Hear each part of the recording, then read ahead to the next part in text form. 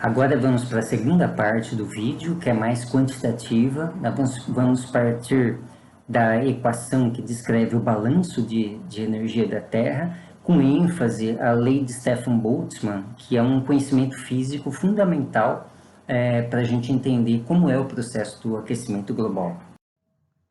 Bom, em termos quantitativos, nós podemos estabelecer a relação em termos de quantidade de energia ou fluxo de energia do quanto que a Terra absorve e emite de radiação, né? E estabelecer uma relação com a mudança de temperatura da superfície da Terra. Como que a gente pode fazer isso? A gente tem que lembrar lá da termologia básica, né, da termodinâmica básica. Vocês lembram que uma maneira de um material mudar a sua temperatura é pelo MC delta T, então a gente vai usar o MC delta T, só que no lugar de MC a gente vai colocar a capacidade calorífica, que é esse Czão aqui. Então esse aqui seria C delta T, né, ou MC delta T, só essa parte aqui. E aí a gente vai ver como isso vai variar no tempo. Então vai ficar C dt. O T maiúsculo é a temperatura e o T minúsculo é o tempo, né? Então isso aqui é quanto que muda a temperatura, vamos dizer assim, levando em conta o MC delta T, né? O que a gente chama de calor sensível. Então a gente vai fazer uma avaliação de balanço de energia. Então essa variação de temperatura ela vai corresponder à diferença entre o que a Terra absorve e o que a Terra emite. Se a Terra absorver muito e emitir pouco, a temperatura aumenta. Se a Terra absorver pouco e emitir muito, então a temperatura vai cair, né? Então, essa equação que a gente vai ter é chamada de equação de balanço global de energia. Então, é a equação que se usa quando se pensa na temperatura da Terra como um todo, né? Da superfície da Terra. A gente está se referindo ao núcleo da Terra, que é bem mais quente, né? Então, o que a gente tem? A gente tem a parte da energia absorvida, que é isso aqui, já vou explicar, e a parte da energia emitida, que é esse outro termo aqui, né? Então, é negativo, porque se a energia sai, né, ela é emitida, a temperatura diminui. E o que manda, digamos assim, o que estabelece o quanto de energia emitida é a lei de Stefan Boltzmann, né? O sigma até a quarta. Só que como nós vimos, como existe a questão do efeito estufa, a Terra não é 100% eficiente nessa emissão. Então, nós acrescentamos aqui um epsilon, que é chamado de emissividade. Então, esse epsilon vai dar a eficiência com que a Terra tem para emitir a radiação infravermelha. Então, se ela é 100% eficiente, se você não tivesse gases de efeito estufa na atmosfera, esse epsilon seria igual a 1. A emissividade é igual a 1. Mas como nós temos gases de efeito estufa, essa emissividade vai ser menor que 1. E a parte absorvida, do que ela depende? Ela depende da quantidade de energia, o Q, que vem do Sol, né? A gente chama esse Q aqui de constante solar. E vai depender também do quanto que essa energia, que vem predominantemente na faixa do visível, é absorvida. Por que não é 100% dela que é absorvida pela superfície da Terra? Porque a Terra ela reflete uma parte dessa energia. Então, o que é refletido, ela não fica na Terra. O refletido não conta. O que conta é o que é absorvido, o que é retido, digamos assim, pelos materiais que estão na Terra, né? Pelo menos é retido durante um pequeno intervalo de tempo, né? Então, a gente coloca aqui, multiplicando a constante solar, um termo que vai refletir o quanto que é absorvido. E o quanto que é absorvido é 1 menos o que é refletido. O refletido é esse A aqui, e esse A a gente chama de albedo. O que é o albedo? É a porcentagem da radiação que chega na superfície da Terra, que é refletida de volta para o espaço, né? Evidentemente, se o A for grande, a temperatura da Terra fica pequena, né? Porque é 1 menos o A, né? O A pode ter valores entre 0 e 1, né? Então, 1 menos o A seria um valor pequeno se o A for grande, né? Então, essa é a equação global de energia. E o albedo ele deve depender também da temperatura. Por quê? O albedo depende da quantidade de gelo que você tem, né? O gelo permanente no Polo Norte, no Polo Sul, no alto das montanhas, porque o branco do gelo ele reflete muito. Então, Se você diminui a quantidade de gelo, também você vai diminuir aquilo que vai ser refletido. E depende de nuvens, depende da cor da cobertura da Terra, dos continentes, né? Então, se for um verde mais escuro, aquela região vai absorver mais radiação. Se for um verde mais claro, menos, né? Você tem, por exemplo, as areias do deserto do Saara, tem um grande albedo, então elas vão absorver pouco, né? Então, até se você estiver pensando em cobrir o deserto do Saara com placas de energia solar, tem que lembrar também que essas placas têm um albedo menor, elas são mais escuras do que a areia do deserto, então elas também vão ter um efeito de aquecimento, né? Então, precisa ponderar isso tudo, né? Bom, essa equação, ela tem uma característica básica, né? Quanto maior for a temperatura aqui, maior vai ser a emissão devido a Stefan Boltzmann, a lei de Stefan Boltzmann, né? Então, quanto maior a temperatura, maior a tendência da Terra a se livrar de energia, o que é uma coisa boa, vamos dizer assim, né? Isso aqui vai servir um pouquinho como regulador. Outra coisa é a questão do albedo. Então, nós temos que balancear essas duas coisas para entender se a temperatura da Terra está aumentando ou está diminuindo, né? Bom, tem uma discussão, né, dentro da física e dos cientistas do modo geral, é que algum tempo atrás, alguns cientistas diziam que, como aqui você tem uma temperatura elevada à quarta potência, então isso aqui, se você aumentar um pouquinho a temperatura da superfície da Terra, esse termo vai aumentar muito, então ele vai servir para refrear o aquecimento global. Então, esses cientistas e pensadores, né, antigamente diziam isso, que não precisa se preocupar com o efeito estufa, porque a lei de Stefan Boltzmann vai, vamos dizer assim, dar conta de frear o aquecimento global, né? Então, aumenta um pouquinho a temperatura, aumenta muito a emissão, refrigera muito a Terra. Contudo, se você for jogar valores numéricos, né, você vai ver que não é assim. Seria assim se a gente esperasse que a curva correspondente a esse termo fosse uma coisa que subisse muito rápido, né? E aí você teria um termo negativo, né? Porque aqui é menos, um termo negativo muito grande para um pequeno aumento de temperatura. Mas não é isso que acontece. Por quê? Porque aqui está o resultado, né? Esse crescimento do quanto que a emissão aumenta com a temperatura é praticamente linear dentro do intervalo de variação de temperatura que é já bastante sério para a Terra, né? Então, a gente sabe que se aumenta 1 ou 2 graus da média da atmosfera da Terra, você já tem consequências muito drásticas, né? Então, aqui, por exemplo, está numa escala que vai de 0 Celsius até 30 Celsius. Mesmo nessa variação de 30 graus, você tem um aumento linear da emissão devido a Stefan Boltzmann, né? Então, é linear, ela não é tão assim próximo do T a quarta, o que você deveria esperar do T a quarta, porque a temperatura aí está em Kelvin, né? E para 0 graus Celsius já é um valor grande em Kelvin, né? Então, em termos de Kelvin, a variação percentual que você tem de 0 até 30 Celsius é muito pequena. Então, isso, digamos assim, como se você estivesse esticando aquela curva, então ela fica praticamente reta. Então, como ela tem um comportamento linear, a Stefan Boltzmann não vai ser tão eficiente para frear o aquecimento global. Então, isso já é uma preocupação séria que a comunidade científica deve ter, né? Aqui tem um outro gráfico em que a gente estabelece uma relação entre aqueles dois termos do lado direito da equação de balanço global de energia. Então, você tem uma comparação entre o que se espera, né, daquele termo de Stefan Boltzmann com o primeiro termo, o termo de absorção, né, o Q que multiplica 1 menos A. O que se espera é que o albedo aumente quer dizer, o albedo diminua com a temperatura. Aqui na verdade é 1 menos A, né? O albedo diminua com a temperatura, porque quanto maior a temperatura média da Terra, menos gelo vai ter sobre a sua superfície, né? E as nuvens vão também ser mais escuras, né? Como uma tendência do que para uma temperatura mais baixa, em que você tem menos nuvens, mas nuvens mais brancas, né? Então, o que se espera é que U menos A, ou seja, a absorção, ela aumente também com a temperatura.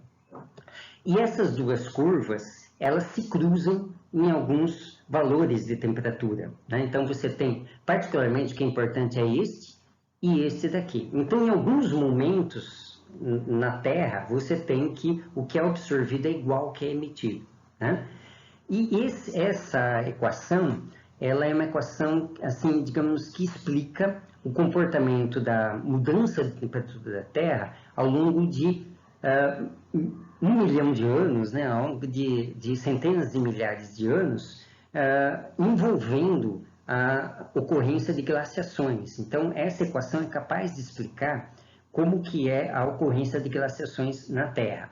E o que a gente vê, né, lembra-se que a gente tem dois momentos, né, em que dois valores em que o que é emitido é igual ao que é absorvido, né, nós chamamos desses valores de estado estacionário, embora nada pare de mudar nessa situação. Então, isso explica as glaciações em que sentido? Bom, no sentido de que a Terra, ela tem momentos que ela está se aquecendo e tem momentos que ela está se resfriando. Se o absorvido é maior que o emitido, enquanto o absorvido for maior que o emitido, a temperatura da Terra vai aumentar até que aquele termo de Stefan Boltzmann fique grande o suficiente para os dois se igualarem. Então, nesse momento, a temperatura para de aumentar e ela pode voltar a diminuir. Né? Nessa condição é porque o que é emitido é maior do que o absorvido. Então ela vai continuar esfriando enquanto isso acontecer, né? Até diminuir o termo de Stefan Boltzmann suficientemente para que, digamos assim, um novo equilíbrio seja estabelecido e a Terra vai ficar oscilando entre esses dois extremos, né? Esses dois valores de estado estacionário. E é isso que a gente observa quando a gente faz a investigação de como que foi as glaciações, né? E isso é medido perfurando o gelo na Antártida e datando esse gelo aí. Então a gente sabe quanto gelo se acumulou em função de um tempo no passado, né? Então aqui nós temos a quantidade de gelo, né, que é detectada, né, nesses furos, né, que você faz, desde 750 mil anos atrás, aqui é o passado, até o presente. E o que a gente observa? Que existe uma oscilação, né, na quantidade de gelo presente na Terra, entre um valor máximo, que está mais ou menos por aqui, seria o valor máximo de gelo que a gente tem, e o valor mínimo, que é essa linha amarela aqui, né? Parece que esse valor mínimo está ficando mais para baixo, mas atualmente na Terra a gente está próximo de um valor desses de mínimo. Então significa que a gente está na condição de maior temperatura possível da Terra, considerando só aspectos naturais, né? Então, nesse cenário, o que é absorvido é mais ou menos igual ao que é emitido. É lógico que no inverno você emite mais do que absorve, e isso muda também, né? Ao longo do ano você tem variações, ao longo do dia você tem variações, à noite só tem emissão, e durante o dia você tem uma maior absorção do que emissão, né? Então a temperatura está sempre variando nesse sentido, mas de um modo geral a gente está numa condição em que a quantidade total de energia absorvida é mais ou menos igual ao que é emitida. Isso também a gente tem que entender que a interação da radiação com a matéria é muito rápida, né? Então você tem o visível interage com as moléculas dos materiais que tem na Terra e cada transição é da ordem de nanosegundo, né? É uma coisa muito rápida. Então a energia que chega, uma hora ela vai voltar. E não demorando muito, vamos dizer assim. Então não vai ficar acumulada, digamos assim, por anos na Terra, né? Então, nesse cenário, se a gente tiver um cenário em que o que é absorvido é mais ou menos igual ao que é emitido, por que você tem aquecimento global, então, né? Aí que entra a questão do aumento da concentração do gás carbônico e outros gases de efeito estufa na atmosfera.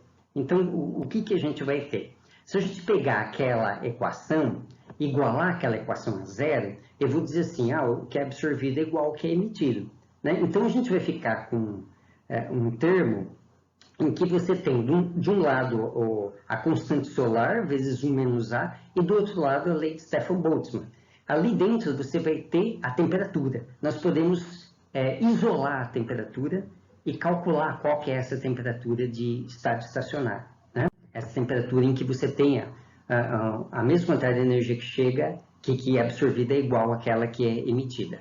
E a relação que você tem, a partir lá da equação de balanço de energia, é essa daqui, né? Essa é a temperatura que a gente chama de temperatura de estado estacionário, embora não seja uma temperatura que não mude, né? Mas é um nome que se dá. Ele é a raiz quarta da constante solar 1 menos o albedo dividido pela emissividade vezes a constante de Stefan-Boltzmann, né? E se a gente colocar valores aqui, vamos colocar o valor da constante de Stefan-Boltzmann, né? O albedo, o que se acredita que o albedo da Terra nos dias atuais seja em torno de 39%, né? Esse valor também ele muda de acordo com as estações do ano, latitude, longitude, depende da distribuição de massa nos continentes, né? Onde tem terra, onde tem mar, né? Porque o albedo do mar é diferente do albedo da Terra. Depende do quantidade de gelo, né? Que também muda.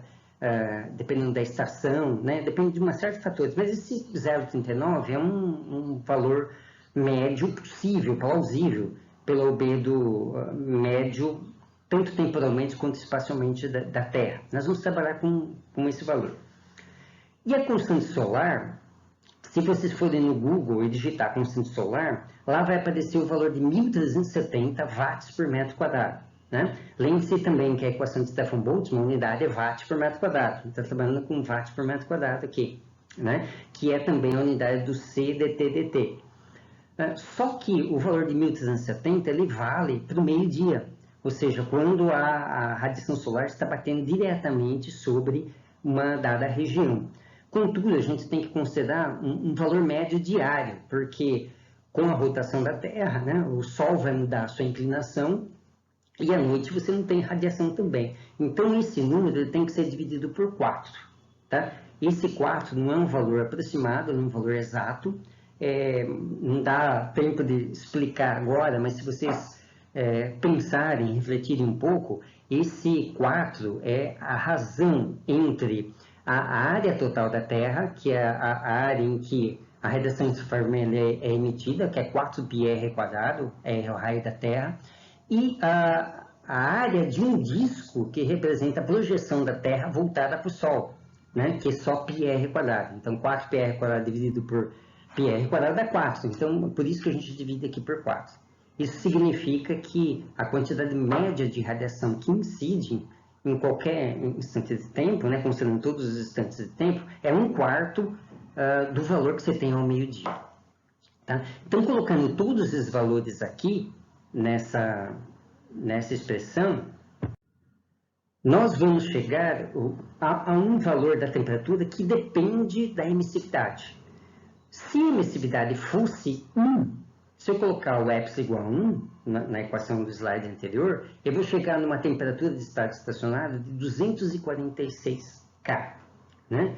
Mas 246 K, se vocês forem ver, é muito menos do que a temperatura que a Terra tem, de fato. Né? Mas isso é no cenário da Terra não ter nenhum gás de efeito estufa, né? Não ter nada de CO2, ou ozônio, ou metano, nem água na atmosfera. E, de fato, seria muito fria a Terra. Né? Se não fosse o efeito estufa, a Terra seria muito fria, não seria possível a existência de vida, porque 246 K é menos que 0 Celsius, então não seria possível a água em estado líquido e, portanto, não seria possível a vida.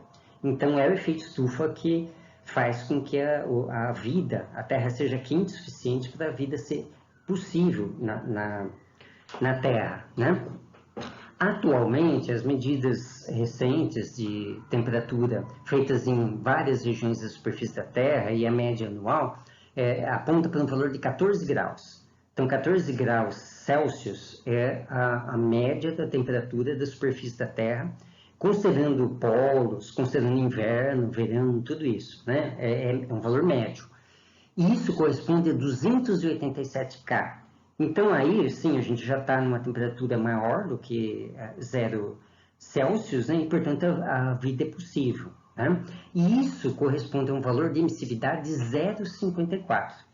Bom, isso é um cenário de um albedo 0,39. Então, se o albedo realmente for 0,39, a emissividade é 0,54. Né? Isso significa que a atmosfera ela praticamente retém metade da energia, né, que é emitida pela superfície. Isso não significa que essa retenção é eterna, essa retenção é rápida, mas é a capacidade da atmosfera não deixar com que a radiação atinja diretamente o espaço. A preocupação não é o efeito estufa. A preocupação que nós temos agora é o aumento do efeito estufa, porque esse epsilon corresponde à área do espectro eletromagnético em que a radiação deveria chegar no espaço e não chega. Né? Então, ela é a proporção da área do espectro de emissão da Terra correspondente àquelas depressões proporcionadas pelos gases de efeito estufa. Então, você soma essa área, só que não é para esse valor de temperatura, porque esse valor de temperatura que a gente tem aqui teria que ser o valor de temperatura que a gente teria, né? Se em outras circunstâncias, né? Mas a soma dessa área com essa área aqui, mais aquelas instâncias que você tem aqui, mais essa área, tudo isso daí dá quase metade da área total do gráfico, porque a área total do gráfico é a energia total, né, que é emitida, no caso. Né? Então, a grande preocupação é o aumento da concentração desses gases que leva a um aumento, uma diminuição da emissividade. Né? Então, quanto mais CO2, quanto mais metano você tem na atmosfera, menor é a emissividade. E aí o que acontece nesse caso? Mesmo que você tenha uma quantidade de radiação absorvida igual à emitida, o que acontece se o epsilon diminui? Né? Então, para que continue igual, se o epsilon diminuir, se vocês forem lembrar que o termo de Stefan Boltzmann é epsilon sigma até a quarta, para esse valor continuar o mesmo, quando o epsilon diminui, a temperatura tem que aumentar. Então, esse é o principal fator que leva ao aquecimento global. Diminui o epsilon, a temperatura tem que aumentar para que a Terra consiga devolver para o espaço toda a energia que recebe. Né? Então, como você tem um manto, digamos assim, de gases que tem na atmosfera, mesmo em baixa concentração, são eficientes em reter a radiação infravermelha, para que a Terra possa devolver ao espaço toda a energia que recebe, a única alternativa é ela aumentar a sua temperatura superficial. E esse aumento é um aumento que, digamos assim, pelas contas, ele está condizente com o aumento que se tem, a velocidade do aumento que se tem nos dias de hoje. Né?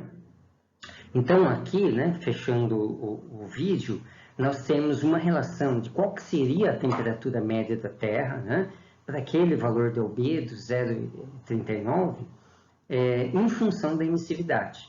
Então, agora, né, nós temos aqui, como vimos, 0,54. Né? É uma média estimativa, mas é o horizonte que nós estamos simulando aqui.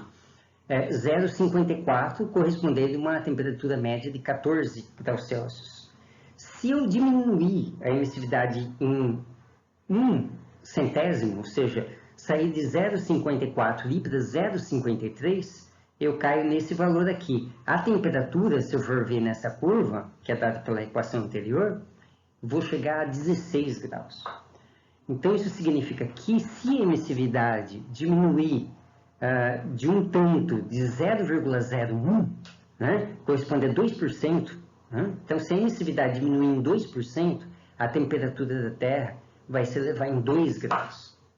Então, essa conta, ela, digamos assim, é o que mais preocupa os cientistas, no sentido de dizer que não só o aumento da concentração de carbono leva ao aquecimento global, mas também que a temperatura média da superfície da Terra é muito sensível a concentração de gás carbônico e outros gases de efeito estufa. Ela é extremamente sensível a essa concentração e, de fato, nós esperamos, né, pela quantidade de poluição que se tem, emissão via carros, né, que funcionam com combustíveis e indústria, produção industrial. Na verdade, tudo que nós fazemos gera gás carbônico, até a respiração gera gás carbônico, né?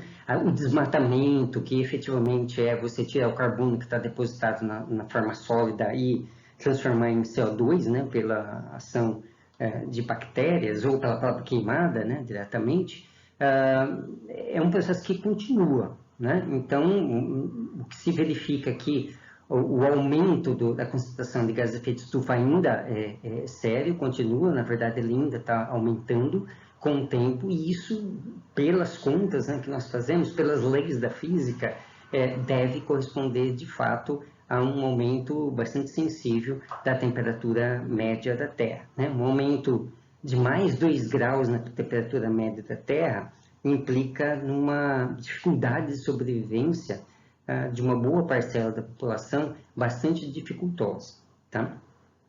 Bom, então esses são os elementos desse vídeo, né, principais que eu selecionei para vocês. Talvez eu tenha até me excedido no tempo, né? Não sei se eu tinha todo esse tempo, né? Mas eu espero que sirva, digamos assim, pelo menos como uma visualização de como a física entra dentro dessa discussão a respeito do aumento do efeito estufa e do aquecimento global, né? Então, mais uma vez agradeço a SBF e ao MNPF, né, pela oportunidade, e aproveito para fazer um pouco de propaganda do nosso curso, né, de mestrado e doutorado em Física Ambiental na Universidade Federal de Mato Grosso, e deixo também o meu e-mail, né, para contatos aí para quem se interessar em aprofundar sobre o tema ou também se interessar pelo curso de pós-graduação. Então, muito obrigado a todos.